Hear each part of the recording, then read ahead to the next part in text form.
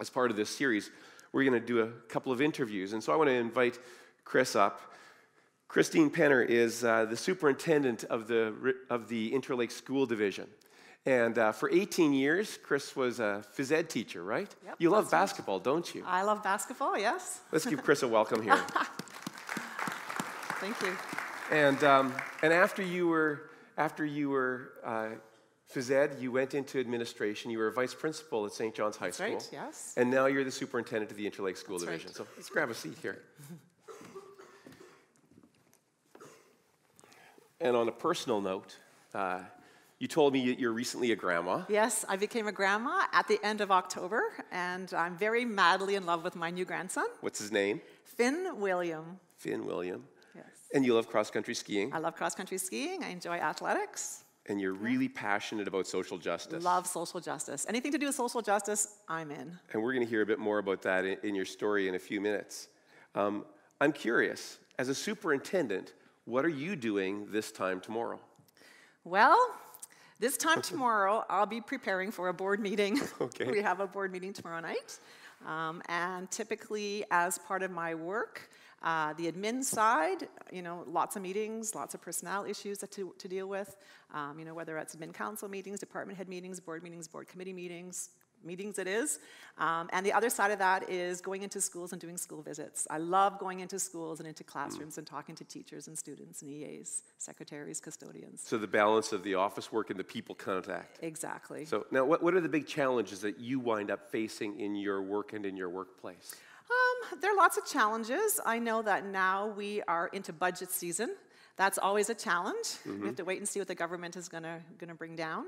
But certainly, I always want to provide as many resources as possible into the classroom. But there's always this balance, right? So all of a sudden, you need to have buses. So you have to order buses, right? So it's budget season. That's challenging. That's followed by staffing. We have to staff people. French immersion staffing is often a challenge. Getting French immersion teachers. Certainly, we want to promote differentiated instruction in our classrooms. There's lots of opportunities. So there's challenges and there's opportunities. Now, the challenges give you a unique perspective on the brokenness in people's lives and in our world. And one of them, you mentioned buses.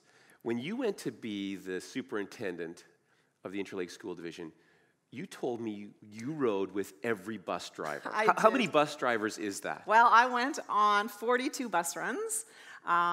I was given the portfolio of transportation, so having worked mostly in an urban, school setting, I'm now in a rural setting, and so I talked to all the bus drivers. I went on all the bus runs, and what made me really sad was almost every single bus driver I talked to talked about how devalued they felt, and I was like, wow, are you kidding me? Like, you play such an important part in the education system, bringing students to school safely in the morning and taking them back home safely after school. That's a big part that's a big deal within our system. And so I really worked hard at developing positive relationships with them and meeting with them. And they now invite me to come to their Christmas breakfast, which is fun. So they go from being devalued to being much more connected. A bus driver will probably make all the difference in a student's day and in a teacher's day if it's a good morning for sure. or And not, I had right? so many stories that they told me of things that they do for students. One bus driver said he'd gone to 18 weddings. These are kids that he had driven on the bus. Yeah, that's awesome. I thought that was great. I know we've got some school bus drivers here at the meeting place, so you better budget for wedding gifts. Or I had another bus driver that said, they drive them from kindergarten through to grade 12, and when they graduate, she buys all the graduates a card, puts a $20 bill in them, in the card, and gives it to the student. So there's just so many. I could write a book about just my 42 bus runs, Wow. Yeah, they've seen lots of new things. You also had an experience when you became a vice principal.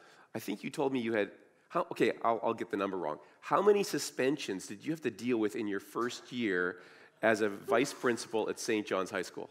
Well, let me tell you. In my first year at St. John's High School, I was in charge of the grades 7 and 8, so I had about 450 students. In my first year, I suspended 266 students. Okay, now that's the truth. That's a certain story of brokenness. Yeah.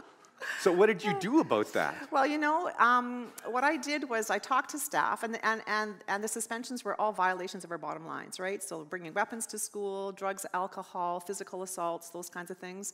And so I talked to staff, and I said, if what you're doing isn't working, change what you do. We have to change what we do. And so we came up with a list of lots of different things. But one of the things that I personally took on was to do home visits. So I visited all 459 homes of my grade 7-8 students that summer. And I contacted, I had a great contact with all the parents and guardians. And brokenness, there were homes, you would not believe in some of these homes here in Winnipeg, that are so broken. I would stand in front of a home where the window was busted, the door was broken down, and I would stand there and think, behind this brokenness, there's a life worth loving and giving dignity to. And, one home where I visited, speaking about brokenness, I visited this single mom, and her son had been brutally beaten to death 2 weeks prior to my visit. Lots of brokenness. But overall, in all these home visits, when I was done, I was so overwhelmed at the number of grandmothers I was visiting or I had met who were raising their grandchildren. And so that actually started, I started a grandmother support group. And so how did that come about? Because it's one thing to discover that. It's another thing to see these people who are stressed beyond belief and at their wits' end quite often, I would think, and without lots of resources, experiencing connection. Right. So I had a grandmother in my office after these home visits, and she was so exhausted and so weary and so worn and so disheveled. I had so much compassion for her after our conversation. I just asked if she wanted to go out for coffee sometime. And she jumped at the opportunity. And so I asked if I could invite 2 other grandmothers who I'd spoken to earlier that week. And so I called them. I picked them all up on our given night. And I introduced each of them. And they talked like they were long-lost friends. They talked about the challenges of being elderly, raising grandchildren, not having your health, having to be up on the latest gangs in your area, gang leaders, drug dealers, technology. And when we were done, they asked if they could please meet again. So I said, absolutely, I'll pick you up again next month. Meanwhile, I had spoken to more grandmothers, so I picked up more grandmothers.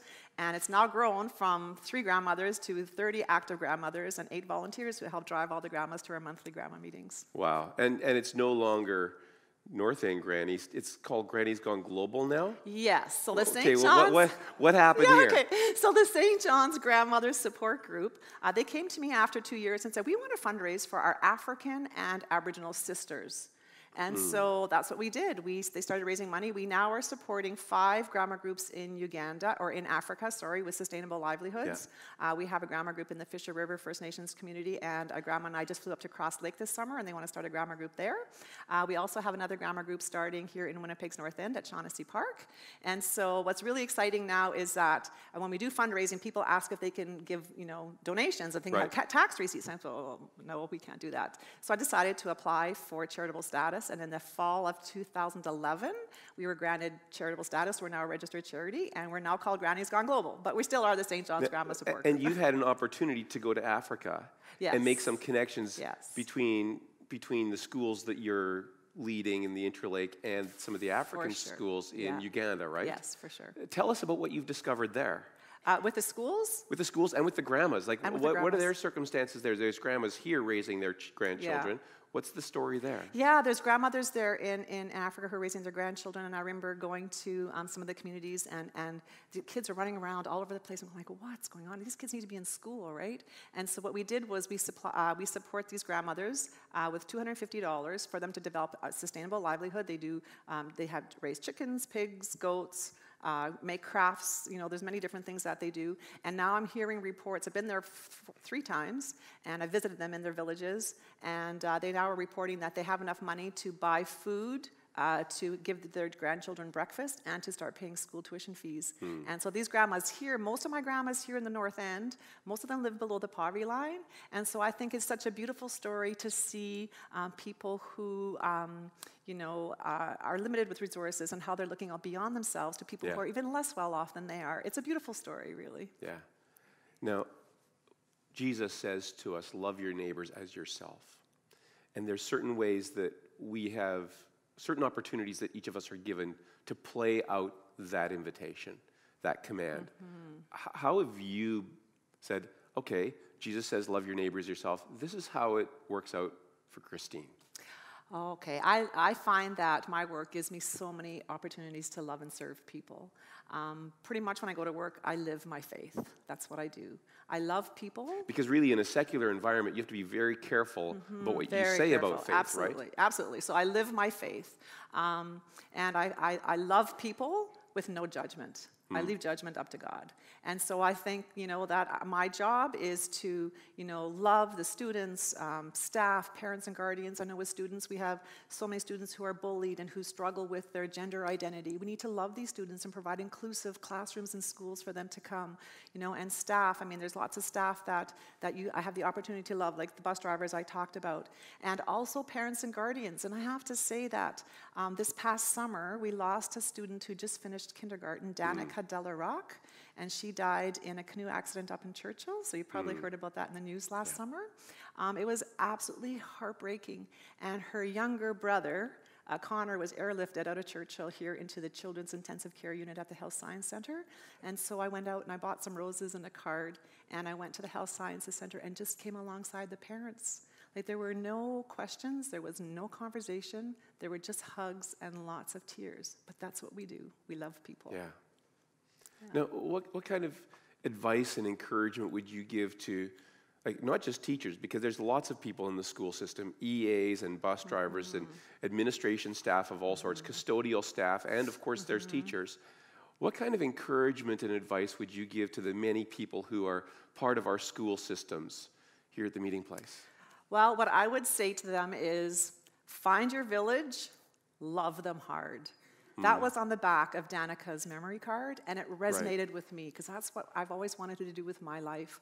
And so at our first PD day this past September, I shared that with staff. I said, find your village, love them hard. And I know that, it takes a village to raise a child. I believe that. But I said to staff, I said, extend your village. It's not just the students in your life, it's also your colleagues. It's parents and guardians, it's community members, it's people who cross your path on any given day. Find your village and love them well. And are some people and some students hard to love? Yes, but love them anyway. Thank you. There's something that I'm guessing. When you started teaching, you're a phys ed teacher, you did not imagine that you would be in the role that you're in now. Never, ever. I never, ever thought my life would end up being a superintendent in a school division. Tell us about the journey. How did you get from one place to the next place to the next place? Because so often we have a hard time seeing 2 and 3 steps down the road, but we can look back and learn some things. Yeah, it's been an interesting journey. I love teaching. I love being with kids. I love coaching. I've coached all my teaching years. I've been coaching. And then when the opportunity came to be an administrator, I'm thinking, okay, is this what I want to do? Is this where I want to go? And I just find that with lots of prayer and lots of chats with friends, you continue on in your journey. And certainly, especially when I left St. John's High School, I just fell deeply in love with all the students and staff and parents and guardians. And again, it was just, it was very strongly, impressed upon me, it's time for you to move on, you need to do something else. And so you just need to walk through the doors that open for you, and the doors that close clearly aren't meant to be. Now, I think John gave you some wisdom when you were thinking about moving out of being a vice principal and into an assistant superintendent role. And I forget, you told me, but I forget how he said it. Like, can you tell the rest of us that? Yeah, for sure. My husband, this was my 5th year as vice principal at St. John's High School, and he came to me with the free press, and he had circled this ad that said, assistant superintendent, Interlake School Division. And my first response to him was, no. I'm not leaving the kids, I'm not leaving the staff, I'm not leaving St. John's School community, I love them too much, right? And then he said to me, Chris, it might be the selfish thing for you to do to stay, because if you were to get this position, you would have the opportunity to impact thousands of students and hundreds of staff. And that's it might be the selfish thing of you to stay. Because if you got this position, you would have the opportunity to impact way more students and many more staff, right? And so that kind of stopped me dead in my tracks. I went, much as it's difficult, it would be difficult to leave. You're right, dear. This is maybe something I need to do. So I threw my hat in the ring and was completely surprised when I got an interview. So that's how my path has gone. That's how my journey in life has gone. Well, thank you for sharing your story with us. I'd like to pray for you, but I'd also like to pray for all those here who are part of our school system, all the way bus drivers, teachers, custodians, everybody else. And I want to include particularly those who train to be teachers, but right now are at home with your kids, that sort of thing, who who there's a likelihood that at some point you may return to this vocation. What are a couple of the things that we could pray for you, but also that we could pray for all those who are part of the education system here? For sure. For wisdom, for myself, wisdom, regarding the many difficult issues that come across my desk, wisdom to help graduate students who are productive citizens and who want to instill in them a desire to be agents of change. I think that's really important, and just meeting kids where they're at and loving them. I want to invite you, if you're part of the school system in terms of any part of work, would you just please stand up? We want to pray for you and bless you right now as I pray with and for Chris. So just stand on up if you're part of the school system. And if you're a retired teacher, include yourself in this because we want to love on you for many years of great service, that sort of thing. That's awesome. And let's just pray together. Jesus, thank you for Chris, for the impact that you are having in and through her. And as we look around the room, many people are involved in the school system. I pray that you would give them wisdom, that you give them opportunities to express your love in ways that may have surprised them, that you'd open doors and invite them to walk through them into a future that they may not have anticipated when they started out in the career that they're now in. Jesus, I pray that you would shine your light into places through all of these people. In Jesus' name, amen. Let's give Chris a hand. Thank you.